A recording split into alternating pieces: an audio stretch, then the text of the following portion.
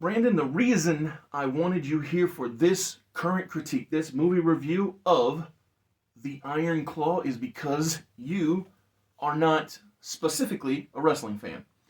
And I believe this movie was made for you more than it was for me. Now, granted, it's going to please people like me who are already on board. But I do think that the dramatization, the Zac Efron, if you will, was made for the less than wrestling enthusiast. Mm-hmm. And that's why that I want your perspective. After that open rolls, we'll break it all down. We'll talk about the triumph and tragedy of world-class championship wrestling.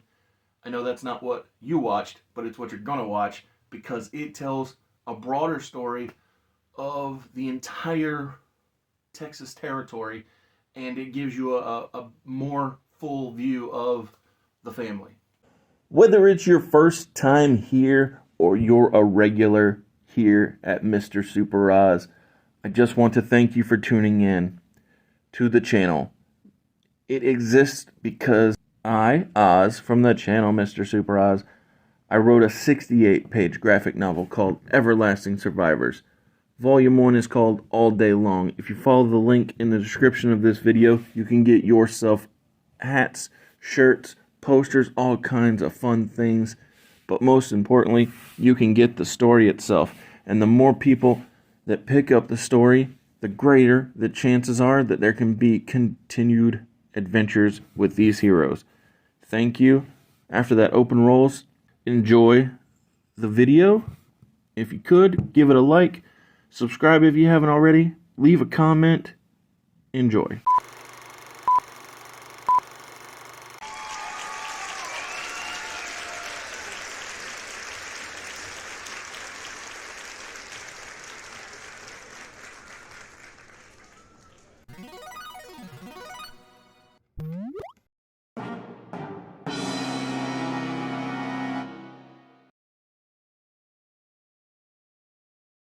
So legitimately, I am going to loan you that DVD because it is high quality stuff. And if you've got Hulu, do you got Hulu? No. Okay. If you know somebody who's got a login for Hulu, like myself, you can watch Dark Side of the Ring. I think episode 3, maybe 4 of season 1 is all about the Von Erich family. Okay. And also some of the other people you'll learn about when you watch the triumph and tragedy of world-class championship wrestling. They also have their own episodes on Dark Side of the Ring, which is the Hulu show that I highly recommend. Okay. Bruiser Brody, who teams with Gino Hernandez to wrestle David Von Erich and Kevin Von Erich within the context of the film. They both have their own episodes and are both talked about in the DVD that I'm going to loan you because the craziest part about World Class and the Iron Claw, the Von Erich family, all of it, is they aren't the only ones who... Now, I agree with Kevin, I don't believe in curses.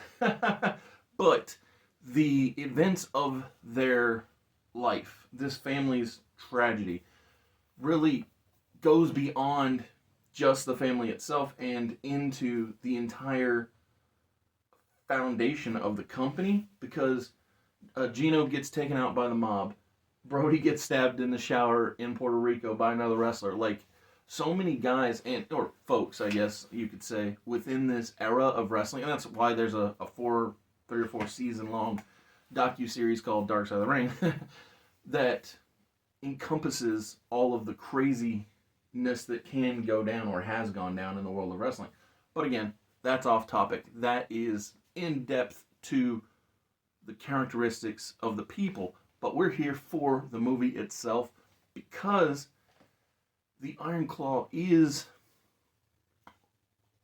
notwithstanding The Wrestler. Have you watched The Wrestler with Mickey Rourke? Yes, I have. I think that this is hopefully the dawning of a new age of appreciation for wrestling in pop culture.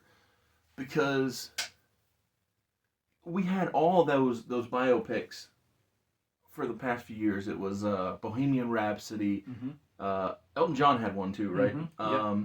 Elvis, obviously, Elvis gets one every few years. Yeah, It doesn't every really decade. count. Yeah, exactly. Every day. He's like, what's something that has to get rebooted all the time? James Bond. He's like James Bond. It's like, oh, enough time has passed. We gotta Elvis it up. But anyway, I hope that this leads to success, or this movie leads to financial prosperousness for Hollywood, and they dive into other stories, because there are a large number of great wrestling stories out there. And this one, yes, it is a wrestling story, obviously, but it's really just a family story. It's a story of brotherly love. Because the funny thing is, I could kind of question the parental love throughout the film, but the brotherly love is so obvious and so saturated throughout. Like, whether it is the heartbreak of loss, or the sacrifice where you let your brother rise in any given situation, but even before we get to the loss or the taking a step back, one of my first favorite scenes in the movie was when Mike's character, who is a combination of the real life Mike and the real life Chris, both combined into one character. One of my favorite scenes early on was when Mike tells the family that he has a gig, and Mama said... At a college party. Correct, yes. At a college party. Mama says, oh, you can't be going out. And he says, well, my brothers go out. And they're like, well, it's for work. He's like, well, this is work. I'm getting paid. Mm-hmm. And they still say no. But the upside is that even though the parents, or technically it's just the mother, but Fritz backs her up, even though the parents say no, the brothers have that close-knit relationship to where they want what's best for each other, mm-hmm. and are willing to do what it takes to make it happen. Yeah, with the help of Pam, I might add. Oh my, like that. Her character was so fun. She is just very. So she's Kevin's love interest, future wife, and she's just a joy to have around, and I really liked her certainty with her, like the way that she saw her life playing out. Mm-hmm. Like even on their first date, she said, "This is what I want. What do you want?" And he's like, "More ribs." Yes, more ribs. And then she was like, "Yeah, I want to be a veterinarian. I want to live on a farm. It's something else." And she's like, "Can you be a mother?" That? Yes, to be a mother. Yeah. She's like, "Can you offer that to me?" He's like, yeah. Well, the thing I liked is he's like, yeah, we can be one of those modern power couples. Yes. And I was like, dude, I really like this. Lives on the farm. I love that. We have to jump to the ending. While you saying that photo. Yeah. It is so money. That is the life's dream, in my opinion. That is the epitome of making it. When you know that you want something, you work your whole life to get it, and then you achieve said dream. Yeah. So obviously I knew about Ross and Marshall, Kevin and Pam's sons. I always thought they needed a third one named TJ Maxx. Okay. Yeah. As a joke to accidentally, I would assume, his son's being named after discount stores. Mm-hmm. But no, I just think that her character was so... She really played the role of the audience as that outsider, and really brought everybody into the family dynamic for mm-hmm. the brothers. So I don't know if you know this. Well, I'm gonna assume that you don't know this. So Carrie has a daughter, and yes, I looked. Yes, oh, you looked it up. Yeah, okay. Yeah, because it's like, oh, he has 2 children. Yes, I was like, yes. They didn't talk about that. Correct, and I'm pretty sure David might have had. No, Carrie, I think, is the one. Yeah, Carrie is the. Other than Kevin. Mm-hmm. But my point was, I understand these artistic choices that they make when it comes to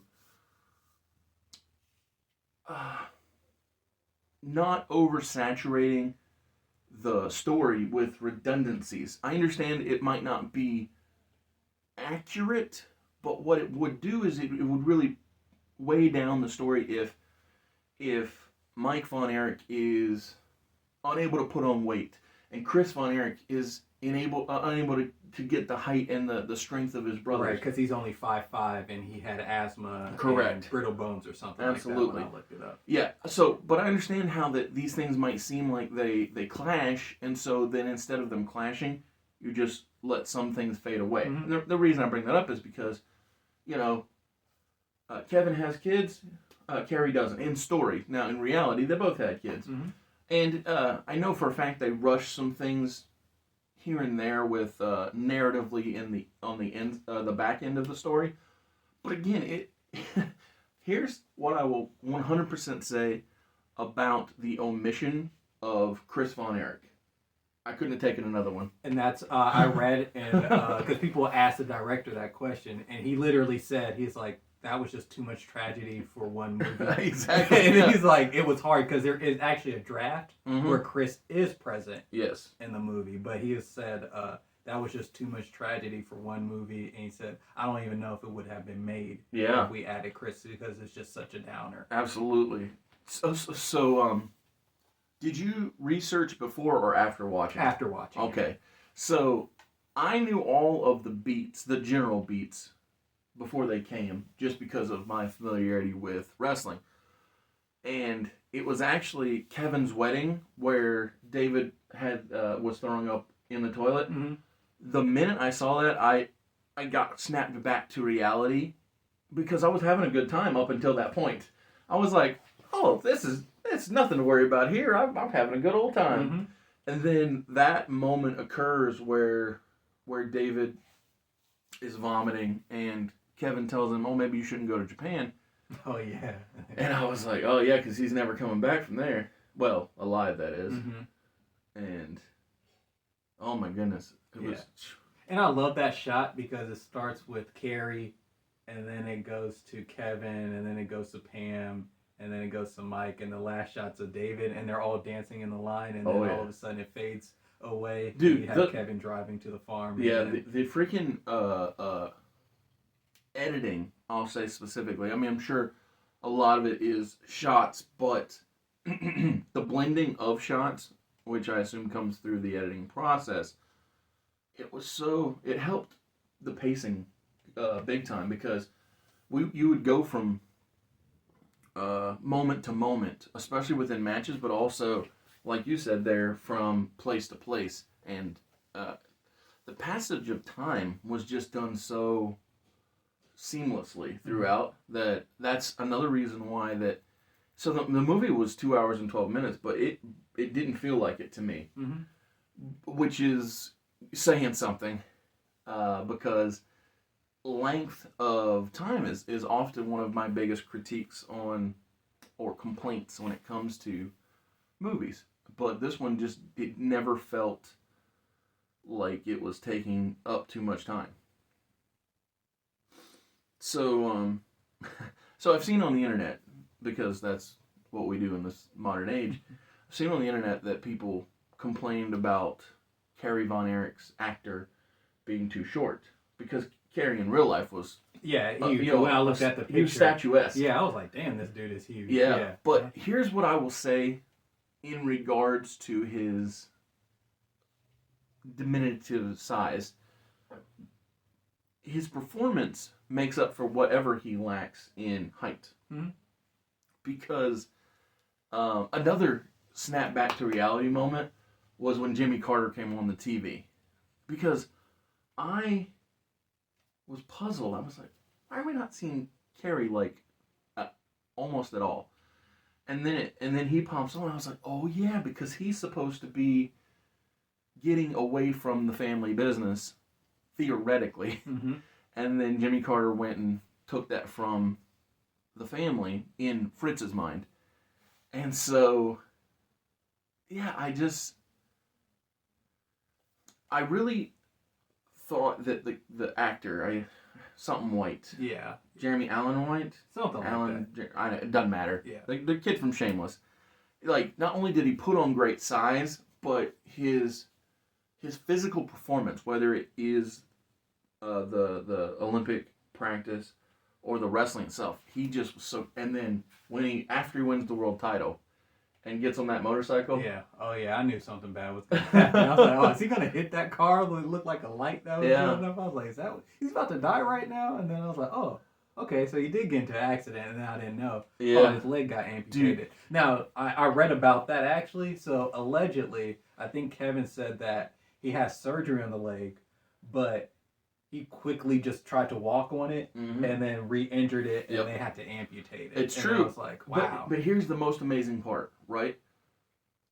I didn't know he didn't have a below his knee area. Mm-hmm. Like the whole time I was growing up in life, it wasn't until I was an adult and I watched the triumph and tragedy of World Class Championship Wrestling that I realized or found out that this occurred. Because yes, the movie portrays that Kerry is in immense pain, and I'm sure that he was. This is no knock on the portrayal or the accuracy thereof, but the way that Kerry presented himself on TV as a wrestler, had no idea the man was without a greater portion of his leg. Mm-hmm. Like he had that larger than life presence to where that you would never be able to guess. Yeah, I read about that, and they said most people didn't know until after he died that he even was. They're like, oh wait, he was, because he was just so good. Absolutely.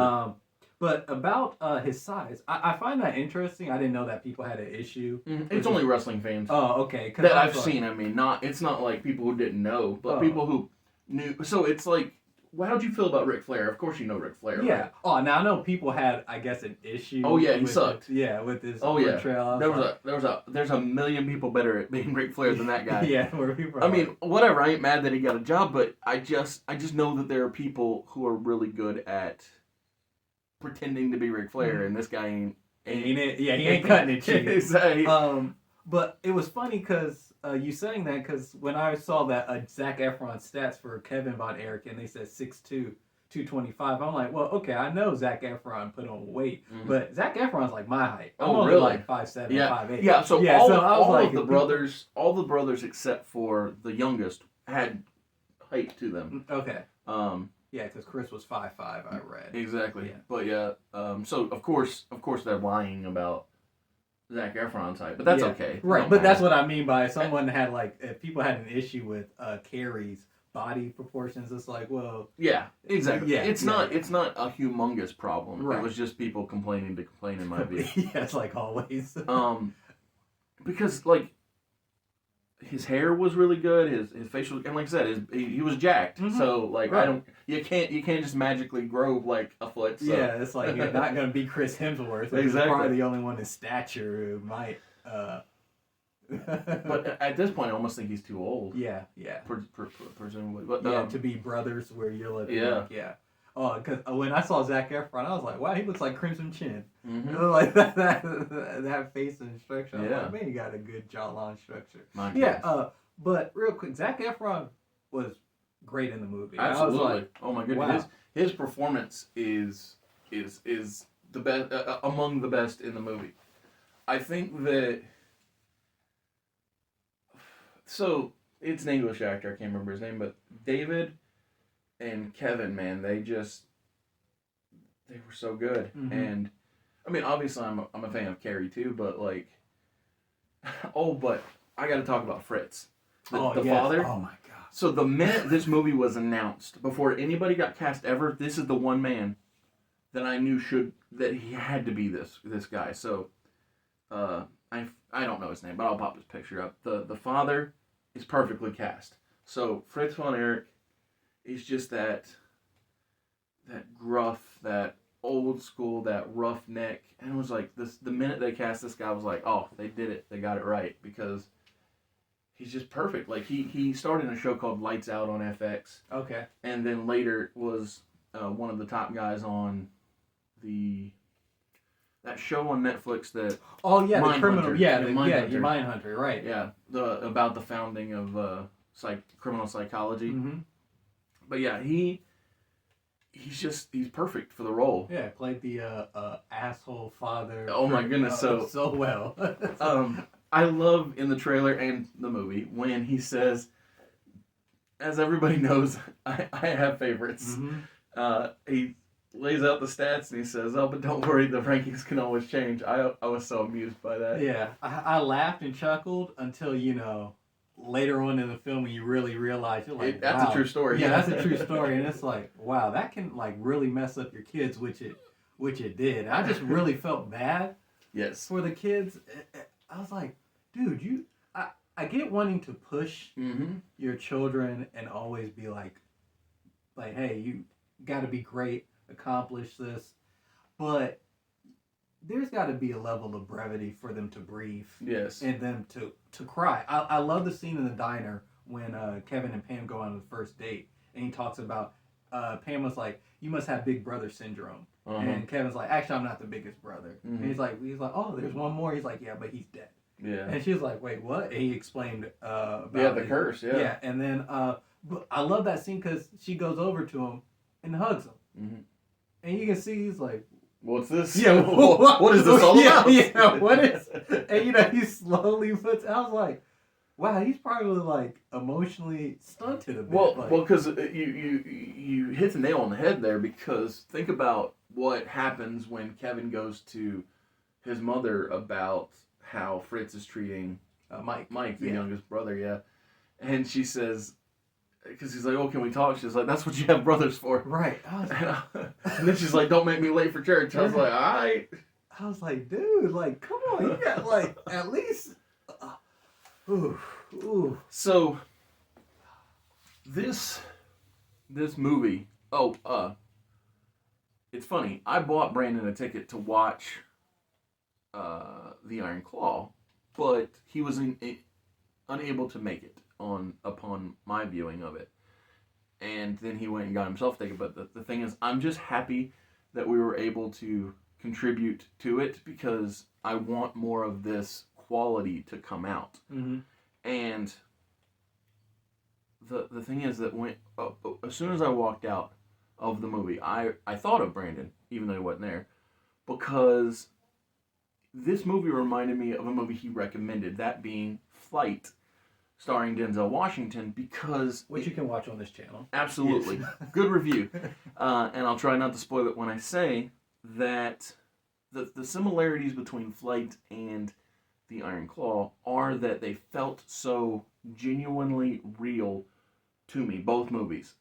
Flight felt like, well, basically a world that I don't want to be a part of, with the drug addiction and the being lost to that. And this one, it felt so real and raw when all of the family stuff, and then, loss and not knowing how to deal with it, all like it real and raw. That's the two best words I can put on it.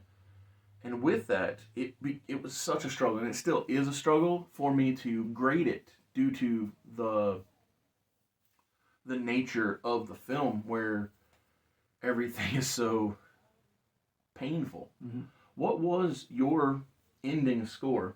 I gave it a 5 because there was 2 scenes that almost made me cry. No, that's hilarious because not hilarious, it's interesting, I'll say, because after I saw David puking up blood, I basically cried the whole rest of the movie. Oh, okay. Like, there were times of stopping. Like, that's the thing I give to Ric Flair, the actor who played Ric Flair, is he was so bad that it dried me all up and got me good again. I was like, I appreciate you. I was like, I think they did this just for me to clear up and get good again. Go ahead, sorry. The things that got you. Yeah, so the things that got me is, one, when Carrie died, and it made it like he was in heaven. You see him, he jumps, and then he gets on a boat, and he sees his brothers. Oh, man, I almost lost it. Yep. And they're like, hey, Carrie's here. And then he's like, hey, brother. Where's my big brother? Yeah, where's my big brother? And he sees him as a little boy. Yeah. And it's like, you must be my big brother. Nice to meet you. It picks him up. Oh, that's so good. Dude, I almost freaking just lost it. And then the second one was just seeing the family and the title card. Yeah. It said 13 grandchildren. I was like, and then you just see the picture of the family. I was like, the baby. Yeah, so good. I was like, okay. I was like, all right, yeah. I had to suck it together. But those 2 scenes like nearly got me. I was like, dude, just thinking about it. That was so nicely done. So Spoiler alert. whatever. Yeah. We're deep in it. But my thing is, Mike breaking his arm in early on in his career, and then having the surgical complications. The press conference too. That thing is so freaking real. It is darn near a mirror image of the real thing. Oh, really? Oh yeah. Oh, it is nasty, disgusting, terrible, heartbreaking stuff. When you watch this doc, you're gonna see it, and he's not home anymore. Okay, yeah, because I was like, is that real? That he had like a mental, like he lost mental function. Yeah. Wow. And it's what led to him checking out. Checking out. Yeah. Okay. Wow. Yeah. It's Yeah, because I was like, is that really like real? Because that was sad. I was like, wait, did he lose brain function? Yeah, he did. Wow. Yeah. Well, and the I don't know that this part is accurate, but the film made me feel like not only did he lose his faculties, but it seemed like he knew it too. Mm-hmm. And it was just like, how painful is that? It's almost like how Carrie lost his foot, but it was still pushing through the pain. So it's like, and then when he tells his mother, he's like, I can't be like David. Oh man, that hurt. yeah, if they want me to be him, but I can't. Oh man. I was like, but yeah, so. Yeah. Sorry. Oh, you're good. I was just going to say, for simplicity, I will agree with you that it's a 5 out of 5. Great film. I could probably be convinced that it's more than great, but I'll stick with that because it's the simple and accurate thing. It's just like, stick to it, 5 out of 5. Mm-hmm. And the upside is, when this video goes live, the Iron Claw will still be in theaters. And everybody who has watched this should go put down their dollars and contribute to it because I want more great content like this out in the world. Yeah, oh yeah. Go to the theaters and see it. Yeah. Oh, did you go to the theater you recommended? Yes, yep, I went to I am a big fan of that place. Okay, good. It didn't have any of the hallmarks that make me hate theaters. Okay. No food was being delivered mid-movie. Nobody pulled their phones out and were playing around. There were no... Now, this might be because it's a rated R film, but there were no crying kids. Mm-hmm. Like, all of my big hang-ups for movie theaters were put to bed for the viewing of this film, and I appreciate you for that. You're welcome. Thank you for watching. Come back all week for more content. Yep. And enjoy. See ya.